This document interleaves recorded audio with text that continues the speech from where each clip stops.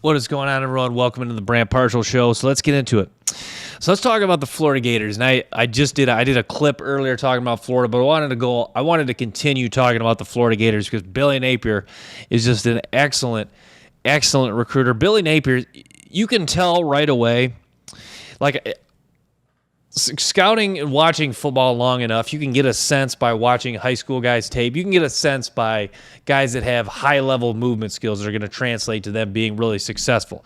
And that's what Florida and Billy Napier are doing. They're getting guys that, like he said, we want guys that have a certain traits. And boy, they're right on. The guys that are getting do have high-level traits, high-level movement skills, strength. I mean, Kelby Collins, McClellan, some of the defensive linemen. McClellan's projected to start along with many of the multiple true sophomores from the 2022 class. These guys have legit power, strength, can get off of blocks.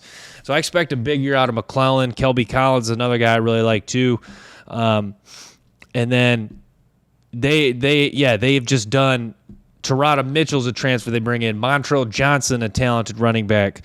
Graham Mertz wasn't my favorite of the transfer portal. I think just looking at Graham Mertz, that's why I questioned Billy Napier a little bit, because I'm thinking, like, if they believed in Graham Mertz, maybe you question their scouting a little bit. Not that Graham Mertz isn't talented, but he is a guy that, let's be honest, there's been some legitimate ups and downs at Wisconsin. Not that he doesn't. This guy comes from a background. He was a high-ranked quarterback coming out of high school, but just too many ups and downs, in my opinion, with Graham Mertz. But I think you look at their recruits, and they just know they have a plan for what they're doing. I think it said one of the Florida players, Billy Napier, just a respectable guy. Seems like a hardworking, put his head down, just get after it. Respect. I already said that, but I'll reiterate, just a very respectable guy, a guy that as a player you would really want to play for this guy and really get after it. So yeah, I'm excited what Billy Napier is doing. I think he's done a really nice job at Florida as of now, and I think he's going to continue to move things in the right direction. And don't be surprised if Florida wins 10 games this year. And I'm calling it right now. They're going to beat Utah week 1. So if you Utah fans watching, if you disagree, that's fine. The line's at -4.5. I'm taking Florida money line. Florida's going to win this game. Write it down. I know they beat Utah last year, so maybe this isn't the boldest of takes, but Florida is going to make a statement against Utah, and I think a lot of people are going to see a lot of the high-end talent this team has. You mean, look at a guy like Douglas at wide receiver. I talked about Montrell Johnson at running back. So that's the thing. Either college football coaches get it in recruiting or they don't. You look at it, the light bulb comes on and you really realize why Billy Napier had so much success at Louisiana is because the guy just knows how to evaluate talent. And to me, that's a great place to start. So Florida going to get a win against Utah, and they're going to have a really nice season. Now, I'm not going to say 9-10 wins, but Florida, this is going to be a tough team. And I talk LSU football. It's going to be a tough game for LSU. Florida is just going to be a tough team to play this year. And I think you're going to see more of the Florida teams that kind of resemble Dan Mullen, like the 2019 team where they had so much NFL talent in the corners, C.J. Henderson, guys like Kadarius Toney, and then the guys at 19-20 when you had Kadarius Toney, Kyle Trask, Kyle Pitts, legit NFL talent. At Florida, here's the thing. I kind of made this point earlier in the clip. With Florida, LSU, some of these programs, you're always going to have a few of these NFL difference makers, even if there's a bad coaching staff in place. Just because you're going to land, just off your brand alone, you're probably you might as well kind of pencil. You can bank on that there's going to be at least one or two guys from every recruiting cycle that are going to be NFL caliber guys, difference makers. But if you're like Billy Napier, if you're a guy that gets it in recruiting, you can start landing most of them, and you can have a collection of guys, starting with this 2022 class, Kamari Wilson, McClellan, Shamar James, guys that flashed already. You have a collection of those, and that's what leads to SEC titles and national titles. So, to me, Billy Napier doing things, moving things in the right direction, and he is on to something and legitimately knows how to recruit. All right, let's shift to USC. So USC plays San Jose State this weekend in Week 0. USC 31-point favorites over the San Jose State Spartans. And for some reason, I have a feeling that this game is going to be closer than people think. And I'm not really sure why I think that. It is more so a gut feeling. Now, gut feelings aren't always right, as you know, as a human being. But to me, San Jose State is a team that returns their quarterback, returns their running back. So their leading passer and leading rusher back was a decent football team last year, 7-5. Now, I didn't really get a chance to watch San Jose State closely, but to me, this kind of has the feel of maybe we see USC not perform as well. To me, there's teams that have seasons like that, though. The opening week one, they don't perform as well as they should have, but they go on and it really clicks after that. I think that's kind of how the story of this 2023 USC football team is going to go. I think this is going to be not necessarily a scare, but this is not going to be their best performance. Because if you look at USC, all new transfers likely to start on the defensive line. Guys that I have really high on: Jamil Muhammad, Kion Barnes, Bear Alexander, guys like that. So to me, you're breaking in a lot of new guys. 3 transfers on the offensive line. Emmanuel Pregon, a talented guy too, the transfer from Washington State. Michael Tarquin from Florida. So breaking in some new guys on the offense and defensive line. Caleb Williams, so much hype, so much expectations. I'm not going to say he's going to have some rust, but to me, this is a game where it's kind of, even though I'm not saying he's going to go into it lackadaisical, to me, this is a game where you might see a little bit of, him just wanting to do a little too much. Not that I'm saying he's going to make mistakes, but you might not see as sharp a performance as he's capable in this game. But to me, I think this game is probably a little bit closer than people think, but I think USC will prevail in this game. I think they do win by 14 to 20 points, somewhere in that range. But I think this is a game that's closer than people think for a while, but USC does get the edge in this football game.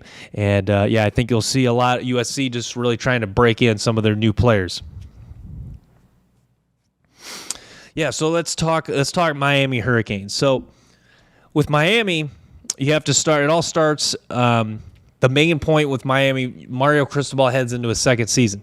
So Cristobal, I'm a believer in as a head coach. I think he's a good coach. He's a guy that can recruit.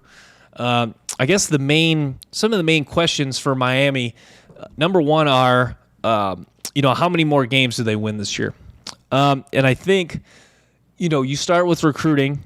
They're recruiting well. I think their recruiting class is a little bit overrated. I think they are getting guys that, I think they are kind of getting some guys that are slightly overrated. I think Miami is an example of kind of what I touched on. They just are not necessarily blindly recruiting, but they are, they're recruiting, it's almost like they're going after the top guys ranked on 24/7 Sports, which can work out, but it also, you see every year there is some guys that are ranked up there but are actually a little bit overrated. These high school scouts, respect what they do, but they're not always accurate. So Miami, I guess they're accurate. They're very accurate, but they're not always, just because a guy's a high school recruit doesn't mean he has a lot of traits that really equate to him being a difference maker, even if he can be a good player. So I think that's what I think they're getting a lot of good players, definitely getting with some guys with some size. You look at Mauagoa, that offensive tackle they land, a guy that's a legit presence size-wise. But yeah, I think to me, Miami, I don't think they have brought in enough talent to really threaten and win a conference title. I guess I'll make that prediction now. I don't think Miami will win the ACC this year, but I know they will be a lot more competitive. I think this is definitely going to be, you get the feel this is going to be a 7-8 win team that's just a tough team to play. And maybe they'll probably steal a couple games they shouldn't, just because they do have a pretty good core nucleus of solid players. Like Tyler Van Dyke's a good quarterback. They get Javion Cohen in the transfer portal from Alabama. Zion Nelson seems like a guy that's been in college for a long time, a talented offensive tackle. I thought he was going to declare a couple years ago for the 2022 NFL draft. Now it looks like he will be involved in the 2024 draft, where he's ranked among offensive tackles. Will be interesting because this is a guy that prior to the 2021 season, some people thought he could be in the mix as one of the top offensive tackles and maybe a first-round pick. So can he sustain a high level of play this year on the offensive line? Can this offensive line be strong? So I guess what I'm getting at, Miami looks solid on paper. I think they are just the ultimate team where we just want to see them go out and prove it. So going to be tested week 2 against Texas A&M. They are, the ACC, still a fairly tough conference, still got to play Clemson. So Miami, an opportunity to really take a step of improvement this year, really a chance for Mario Cristobal to prove to Miami fans that they are moving in the right direction and that the recruiting classes are paying off. But yeah, I think, you look at the recruiting class and you'd think, based off of the recruiting class last year and then this upcoming year, freshmen that are coming in, you'd think Miami could make a big jump. Well, and I don't see enough talent on this team for Miami to make a big jump, become a 10, 11 win team, a conference title contender in a national title. I just don't see that there. But to me, I would bank on that they improve their win total. I think this is a 7 or 8 win football team. I do think that they are really competitive, tough, and I think you'll see them continue to take steps in the right direction this season. So yeah, we'll talk Alabama. We'll talk Alabama football. So I've been listening to Nick Saban's press conferences, and Nick Saban does a good job of obviously not getting too high, not getting too low. He's been complimentary of a lot of his players. He sounds like he really likes what the running backs are doing. Justice Hayes, Roydell Williams, McClellan. Alabama strong for so many years at the running back position. I think this year is not going to be any different. So Alabama, a chance to really do some nice things at that position. But they, Alabama, the main question is, I guess the question that Alabama fans don't want to talk about is, is the dynasty coming to an end? I didn't want to talk about this because I've enjoyed the Nick Saban Alabama dynasty for a while. I think in a way it's been good for football. It's like people tuning in to watch Tom Brady just to see him go down. People tuning in to watch the Warriors go down in the NBA. I think that's kind of like how Nick Saban has been. I think he draws that ratings in that way. Just people tuning in to watch Alabama go down. How much would people really watch? How many more? Would there be would there be even more viewers? Like when Alabama went down to Texas A&M, the amount of extra people tuning into that game just to see in 2021, just to see Alabama go down. I think that, it really makes, it really gets people like, ooh, wow, Alabama might get upset. Let me change to CBS real quick. So I think Alabama and Nick Saban, have been doing that for a long time, really bring that element of the intrigue just to see them go down. But yeah, I think that's what Nick Saban, that was the thing. He called out Jimbo Fisher in Texas A&M. I think that's been the worry for Nick Saban as he looks around the country. I just talked about with Florida and what Billy Napier is doing. You look at the SEC and you look at Billy Napier and you look at Dabo Swinney, just mentioning a few coaches that really get it in recruiting. And then Brian Kelly at LSU. I think Nick Saban kind of sees the writing on the wall that with all these coaches that, I think Nick Saban, is a classy, respectable guy. I don't think he would say this, but I think a few years ago when Alabama really had things rolling, like if you rewind to 2015, 2016, when there wasn't as many good coaches in the SEC, I think Nick Saban understood that, without some of these coaches that can really recruit, like Les Miles fired in 2016, Mark Richt did move on from Georgia. Les Miles could recruit despite, maybe not living up to. I think a lot of, with the lacking of elite coaches, I think Alabama was really getting whoever they wanted. And you look at that, really paid off, and that led to a team like Alabama in 2015 where you got Minka Fitzpatrick, Marlon Humphrey, you could go on and on. O.J. Howard, just accumulation of getting guys whoever they wanted, and they had a staff that was incredible. You look at now what Billy Napier is doing. He knows how to identify talented guys in the Florida region, in the Steelen McClellan from Oklahoma. You look at Brian Kelly is just taking, getting the guys they want in the Louisiana region. You look at Georgia getting who they want in Georgia. So Alabama, even if they win, even if they get the guys they want from Alabama, which they really haven't always done these last few years, Alabama still has the challenge of now they're competing with, with guys who really know what they're doing and what to look for, these top end recruits like Billy Napier, Les Miles, Kirby Smart. Just going against those three guys alone is tough because Brian Kelly been doing this for a long time. He's developed and recruited NFL talent at Notre Dame. Billy Napier appears to know what he's doing as far as looking for guys with high end level traits. Kirby Smart obviously knows how to recruit. He coached under Nick Saban, so I think Nick Saban understands that recruiting is getting more and more competitive. And as I've watched college football more and more, you start to realize that how important recruiting is. Now, it used to be, growing up in the state of Michigan, Michigan State football kind of made me question how important it was to consistently land top 5 to top 10 classes. But as you look, Michigan State football was kind of more the exception to the rule. And if you look at when they were having so much success and winning Big Ten championships under Mark D'Antonio, they were getting, guys that weren't ranked as higher, but they were getting guys with high-end level traits like Le'Veon Bell and William Golson. So Michigan State, even though the recruiting classes were ranked lower by the national media, 24/7, ESPN, and outlets like that, they still were getting high-end players.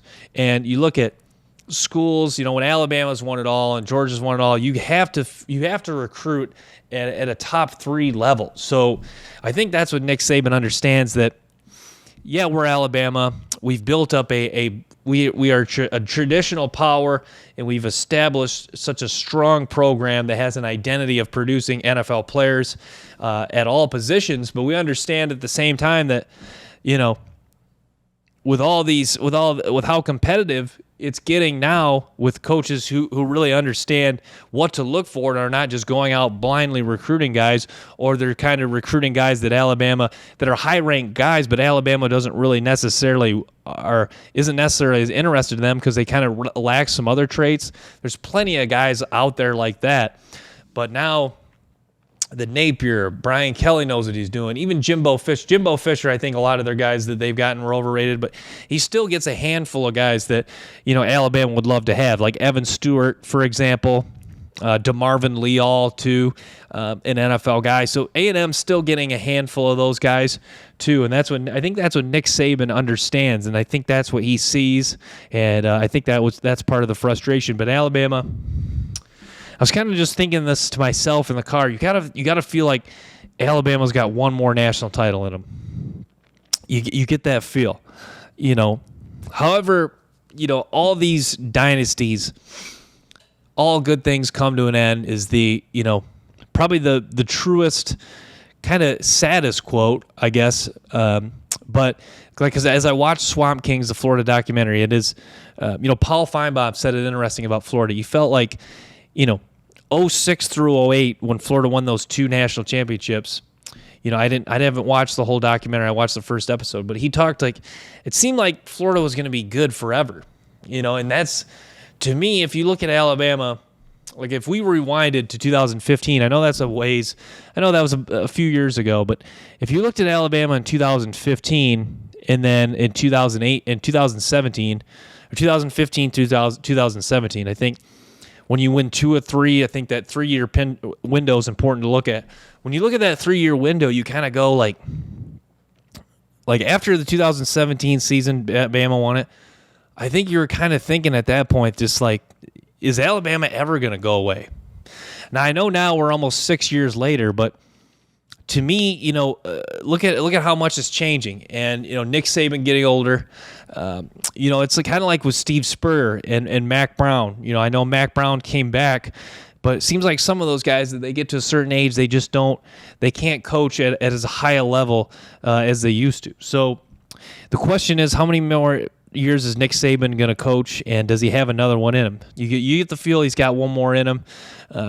They still are bringing in incredibly talented recruiting classes, but yeah, transfer portal, NIL, really changing the game for Alabama, making things harder on the Crimson Tide. But yeah, we'll talk the Florida, the Swamp Kings documentary. So I just watched the first episode, and my main takeaways.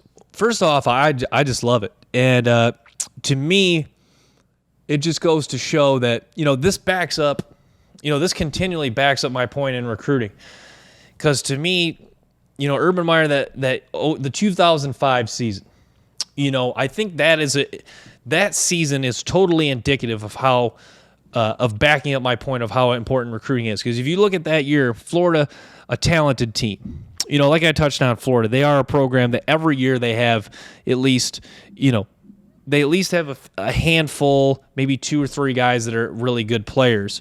So Urban Meyer comes in and brings in all that momentum, kind of changes the culture, tells them they're not going to get in trouble, tells them they're not going to wear Florida uniforms until they earn that. They just create a culture of just hard work, get off to that 5-0 start, but then eventually drop a few games.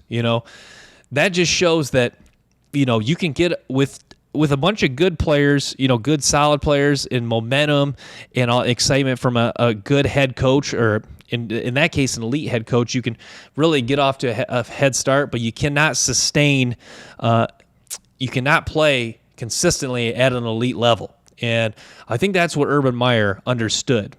And, that plane ride after that third loss, kicked some guys off the team. And what Urban Meyer understood was we're gonna have to make a splash in recruiting. We're gonna have to get a true difference maker. And that's what he did. He went out and got Tim Tebow. Now, Tim Tebow, I talk difference makers who have an NFL skill set. Tim Tebow does not fit that entire mold, but what he does fit is leadership, high-level leadership, and an excellent college quarterback who really brought a unique skill set and was a perfect fit to what they wanted to do schematically, offensively. So Tim Tebow, that was the kind of the start of the Urban Meyer greatness, because you look after that, I did not realize that really led them to get Percy Harvin, Brandon Spikes, Brandon James. I didn't really know that story on Brandon James, how he just wasn't recruited much. I kind of could see that because of how small he was, but yeah, Brandon, that just recruiting so important, and getting Tim Tebow, Percy Harvin, Brandon Spikes. I think, the documentary didn't get to this point, but I think, what was interesting about Florida was 2006, they win it all, and they have a kind of a core team of older players. You got Chris Leak, but then 2007, still really good. But 2007 is interesting because they had such a young team. They were one of the youngest teams in college football, but were still super talented because of guys like Spikes, Tim Tebow, Percy Harvin, just a lot of talented young true sophomores on that 2007 team. So I think that was what's interesting about Florida. But then, yeah, you go to 2008, and I didn't watch the rest of the documentary, but I obviously remember how the 2008 season goes. The 2008 season, just a hungry team coming off 3 losses in 2007, and still longing for another national title like in 2006. 2008 was just an experienced, hungry team that was refocused after that Ole Miss loss. So, yeah, I've really enjoyed the first episode of the documentary, and excited to watch some more episodes. But yeah, so we'll talk Clemson again. So I talk Clemson quite a bit in the spring. So to me, Clemson is a legit national title team this year, I believe. I think Peter Woods is going to be a name to keep in mind for Clemson. I think he's got a chance to be a really good player for Clemson. He's a dominant presence on the interior of the defensive line. But to me, Clemson, Cade Klubnik's going to be good, but how good? He's improved. Antonio Williams is a good receiver. I think, is this This season could be telling. Like if if Clemson wins the national title, I'll say this. Then Dabo Swinney.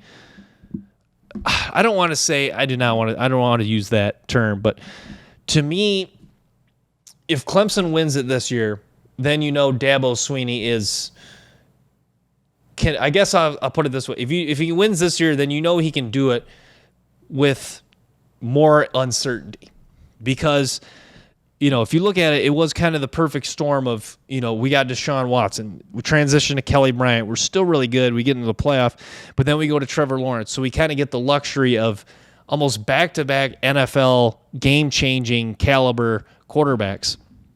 Now, so Klubnik, if you want to say Klubnik is that guy, we can have that debate. I'm not going to say he has an NFL future, but he's a talented guy, former 5-star guy. But to me, if Dabo Swinney wins it all this year, I think then that is a total testament to his coaching, because this is a year where I think they have the talent to do it, but with the uncertainty and maybe the not as high-end level talent as they've had, to me they kind of are. I don't want to say this to be rude, but they are kind of almost like a lesser version of this team. Kind of reminds me of like a lesser version of the 2018 team.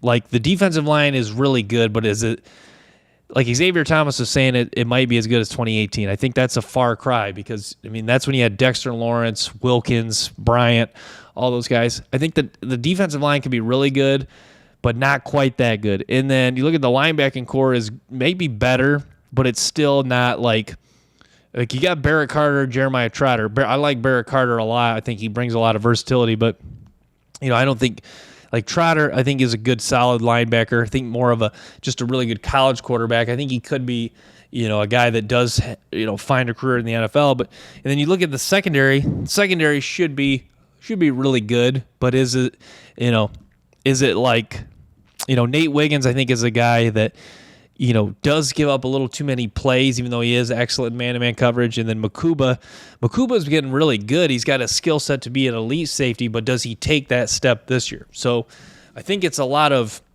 the defense. The defense could be close to as good as 2018. We just really don't have enough evidence to say it's going to be that good as of now. And then the offensive line, it's an offensive line kind of similar to, past Clemson offensive lines, where it's going to be good, it's going to be solid, but is it great? Is it elite? And then you got playmakers at wide receiver, but at running back, but are they how good can they? How much of a difference are they going to make? So Clemson, just a really good all-around team.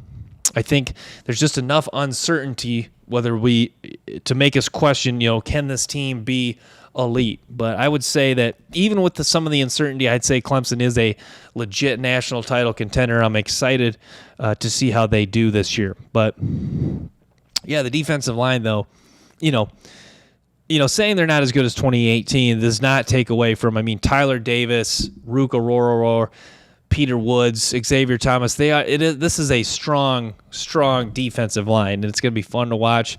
Barrett Carter, just such a versatile linebacker. I really like what he can bring. I think Nate Wiggins, Clemson is just dying for him to take that next step, because all the traits are there from him to be a high-end level corner.